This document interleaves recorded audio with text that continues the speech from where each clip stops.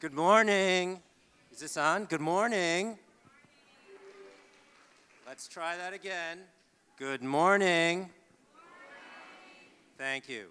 So I think it's particularly poignant that I'm giving a friendship talk as an American in English following two talks. We had one in English, then one in Mandarin, and we're going to be talking about international friendship. So what I want you to do, everyone raise your right hand and do it. And the reason you should do it is because I have the clicker. So what I want you to do is raise your right hand and do this with me, okay? Everyone take a second, and I want you to think about your 5 closest friends and name them out loud or quietly to yourself. I'll do it with you. Okay, mine is Reed, Luke, Dave, Mitch, Penny. Okay. Keep it up there. Now, put it in your memory. We're going to come back to this later. It's very, very important. But we're talking about friendship this morning, and you need to be able to name your 5 closest friends. Okay? By the way, these should not be people that you live with. So if you picked your spouse, your wife or husband, okay, you got to find a replacement. They should not be any blood relative, okay? So pick your 5 closest friends who are not a blood relative and not someone you live with, okay? Everyone got it? Give me the thumbs up if you got it. All right, good, good. All right, here we go. So that's me. There's a great activity to do sometime with your community. We do this with our parents, we do it with our faculty and staff, and we ask some of our homeroom teachers to do this with their students. It's called 36 Questions to Fall in Love. I'll show you a smaller version, but part of the reason you come to a conference is to network and make friends, but that can be a little bit difficult. So these questions are designed to increase our vulnerability and increase how we get to know each other. Here they are. Here's ones that we've adapted for our community. But they're questions like, they start out with sort of basic facts, what school you're from, how long you've been in your current role, blah, blah, blah. And then it gets down to these more intimate questions. I think there's a Chinese proverb about putting a frog in a boiling pot of water. And this is the idea of slowly increasing your vulnerability and intimacy actually builds real human connection. Okay. So, we are the International School of Beijing. We are the oldest and the largest international school in the capital city on the mainland. And after COVID, we really needed to start talking about how to rebuild our in-person relationships. And so this friendship topic became one of our 3 key strategic focus areas, which is building lifelong peer relationships in our international community. And at ISB, we spend an enormous amount of time, like many people at all schools, thinking about what is the best science of learning? How do we best teach mathematics? How do we spend our time thinking about how to teach chemistry? We also think a lot about how do we teach kids to score goals or to come up with that perfect ending to that aria on the stage. But we also needed to start thinking about the science of friendship. With all the disruption in the world, our children needed to learn, and our community needed to relearn how we could most intentionally be able to develop and maintain lifelong peer friends. And so the first question we had is, what is a reciprocal friend? And why is reciprocal friendship important? Well, a reciprocal friend, just quite simply, is you just named 5 people in your hand that are friends. If those 5 people were sitting in conference rooms someplace else, would they be naming you? And if the answer is yes, then what you have is a reciprocal friend. Reciprocal friends are friends that go both ways. And that is critical. Because as we think about friendship quality, it happens on 2 dimensions. So this is from the academic literature on friendship. Friendship quality has these important 2 dimensions. On one side is trust. And you can measure trust in your friendships, and this is true for students, this is true for adults. You can measure friendship trust based on what you would tell someone. Do you talk about weather and sports and food? Great topics. Or do you trust this person with the important decisions or details of your life? Do you tell them if you're having problems in your marriage? Do you tell them if you're thinking about changing your job? Obviously, those are conversations for people that you trust. And you want to have friendships that are on the high trust end. This is true for children. This is true for adults. The second piece is around the scope of friendship. This is the second dimension in friendship. And this is really easily defined in a school. So I'd like you to imagine 2 people, 2 students, young people.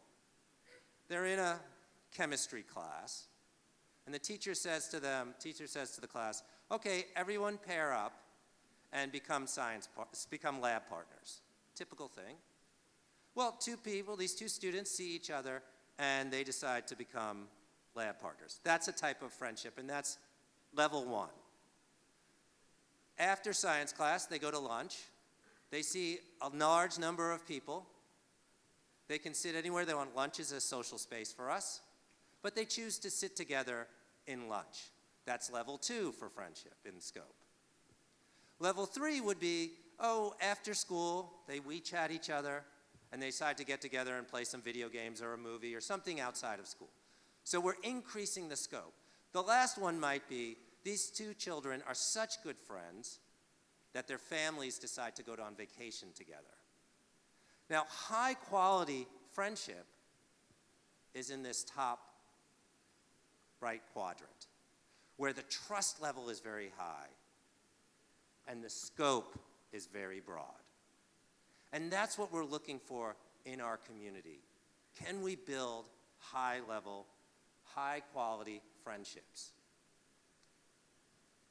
The science is clear on friendship. That friendship is the key to social emotional well-being. It is hugely beneficial for our students. It actually impacts academic performance, their physical health, actually their heart health. It is so critical. It is also, we talk about, are we an international community? Several of our speakers mentioned this earlier.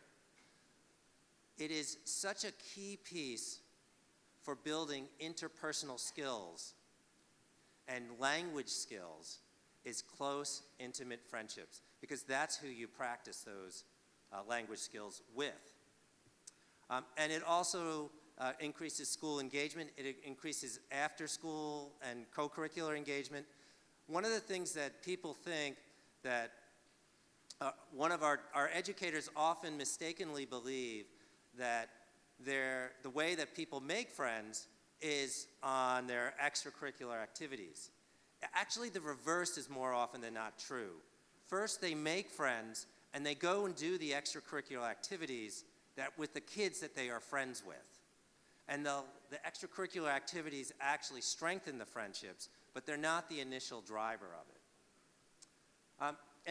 Interestingly, if your students are interested in top American colleges, those schools are interested in children who can integrate into Western-style communities and friendships. It is a key piece for college admission.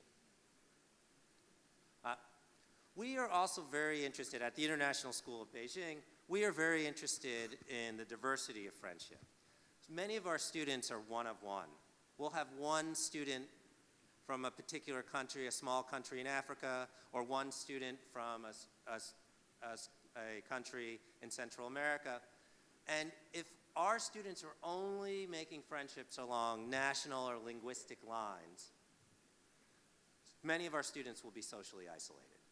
So we have to teach our students how to look across international lines. This is a great life skill, by the way. I would say that most of the problems in the world would be solved if we could teach all of our students how to make friends across lines of identity.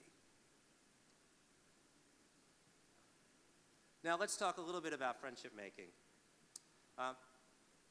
Recently, I attended this really wonderful talk by Charles Vogel. He just came here to Hong Kong. He's a best-selling author, and he talks about communities. But in his book, The Art of the Community, he argues that the modern world, and certainly we saw this during COVID, the modern world is overly geared towards building lists and email addresses rather than real community. And this one quote that he said in the talk that I attended stuck with me. Social media is really good at connecting you to people who don't care about you. It is really good at connecting you to people who don't care about you. And high quality reciprocal friendships happen in real life. So how do we do it? What is it that we've been concentrating on? And I can't say that we're done here. We have a lot of work to do at the International School of Beijing.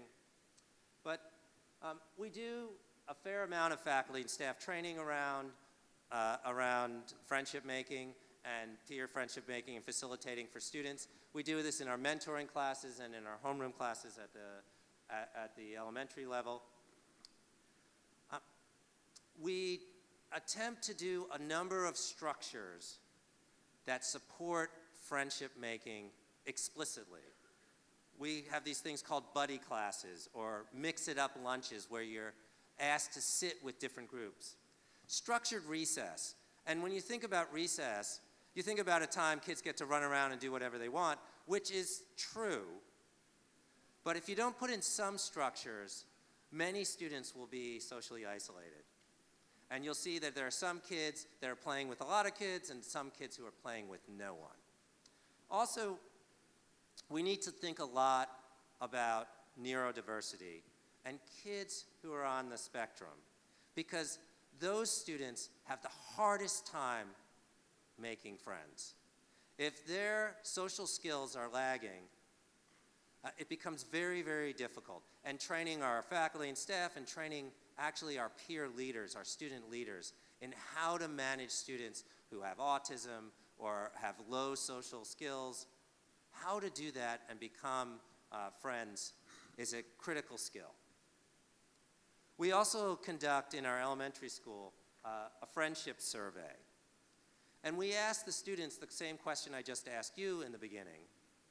And what you find is that there are many students that are named on many, many groups. And we keep this confidential. You would never want this to get out there in the student body. But there are some students that aren't named on anyone's list.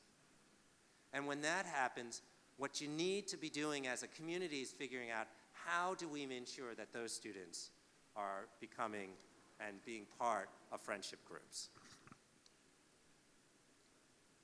So that's some of our friendship facilities. And reciprocal friendship framework, this is some of the academic work around friendship making. But what you see is that there is an increasing developmental scale into friendship making. This actually comes along in the developmental life of a student. How we see friendship developing in elementary school versus middle school, where it's no longer just transactional and kids to play with, and then into high school, where you start having real supportive lifelong friendship creation. And this was our survey.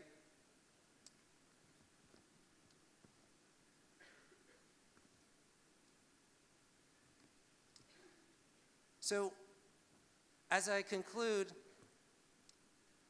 I'd like to think deeply around how you can facilitate friendship and friendship and relationship building in your schools.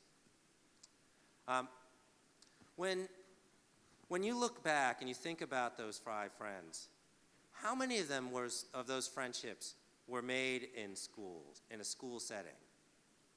Because our institutions are critical in terms of developing these lifelong relationships that people will keep with them. One of the things we talk about at the International School of Beijing, as the oldest school, we have over 10,000 alumni.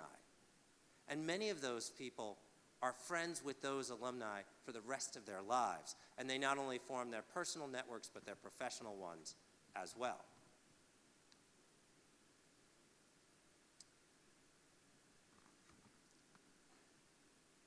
So I'd like to end with just this final activity that we do with our community.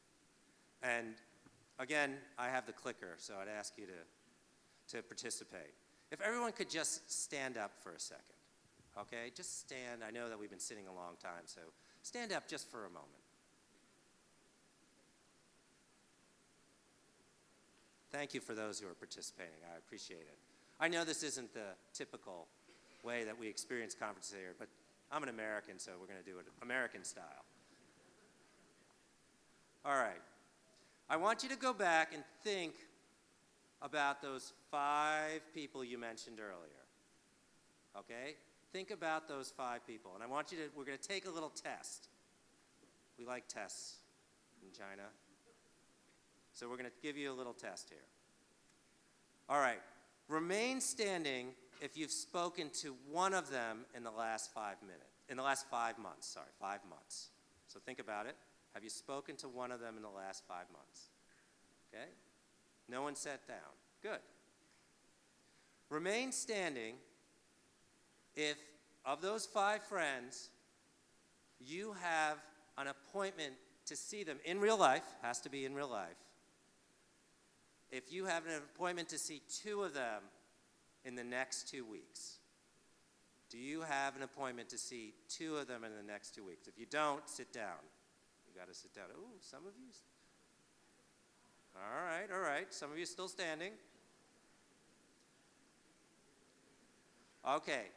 Remain standing if you've messaged all 5 in the last week. Have you messaged all 5 in the last week? And we'll make that a 7-day period, not just the work week. All right.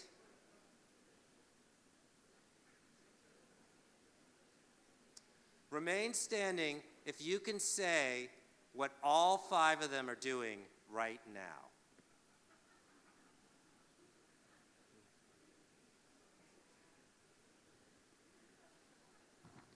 Thank you so much for your participation. Now just take a look around. I would ask you with that question I started earlier, how many of those friends right now would name you as one of their 5 closest friends? Thank you so much for your attention. I really appreciate it. I look forward to making friends with all of you. Thank you.